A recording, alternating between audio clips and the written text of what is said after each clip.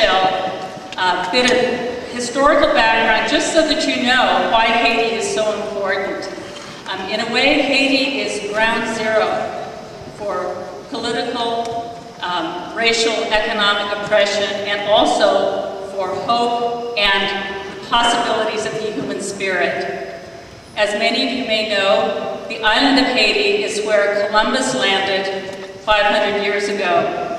Within 50 years, all of the indigenous peoples, the Arawak and the Taino, were exterminated through disease and brutality and murder. So African slaves were brought over to the Spanish and then French colonial slave masters.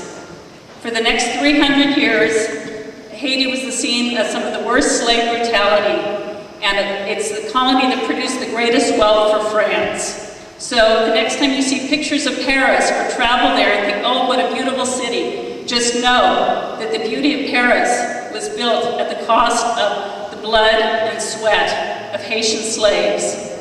Then, between 1791 and 1804, the slaves of Haiti did what they were not supposed to do, what nobody thought they would do, but they did it. They rose up and freed themselves. They defeated the French, British, and Spanish militaries, and they proclaimed the first free republic in the Western Hemisphere. This was one of the moments in world history, monumental. Now, they also offered sanctuary to slaves from all over the Western Hemisphere. The United States was, of course, freaked out because they still had slaves. And so the major power brokers of the day did all they could to suppress this nation. They didn't recognize it, they extorted money from it with gunboat diplomacy and tried to buy off the few wealthy elites who remained in the country. But the people's spirit did not die. As you saw in this video, in the strong women's circle, the spirit of the Haitians is indomitable. They rose up again in the early 1900s. The U.S. came and crushed this uprising.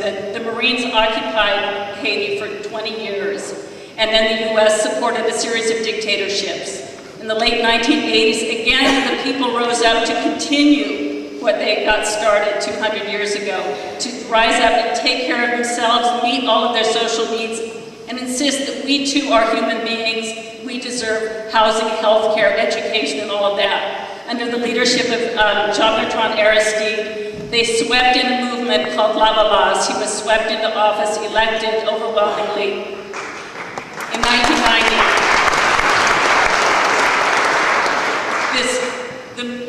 The Aristide presidency was crushed by a US-sponsored coup d'etat in 1991.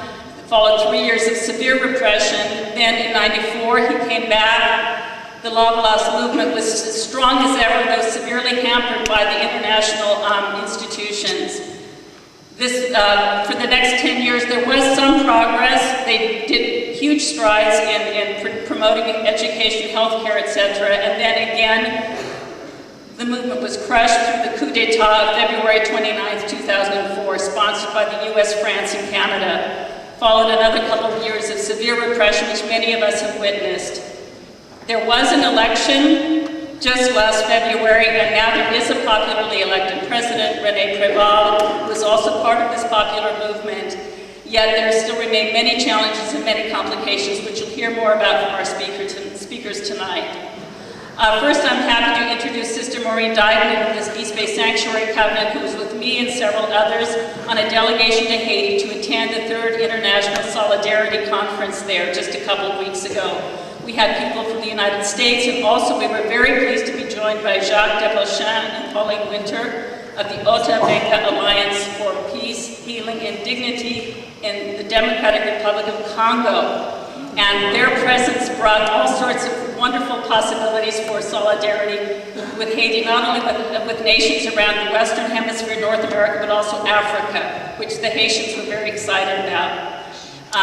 The people we saw are full of hope. They want to do really good things and take care of themselves, but as you see, they are faced with a lot of obstacles, including the UN military occupation and the severe economic screws that are being turned on to them by the IMF and other international institutions.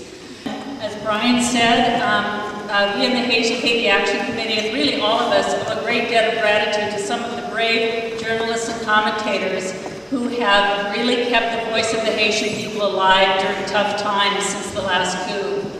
And so I'm just going to read them off, and I'd like us, if any of you are in the house, please stand up. We'd like to recognize them. Dennis Bernstein of Flashpoints.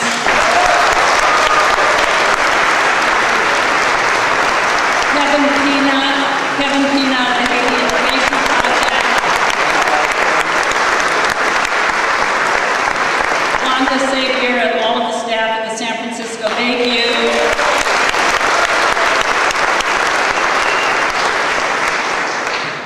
Walter Turner of Africa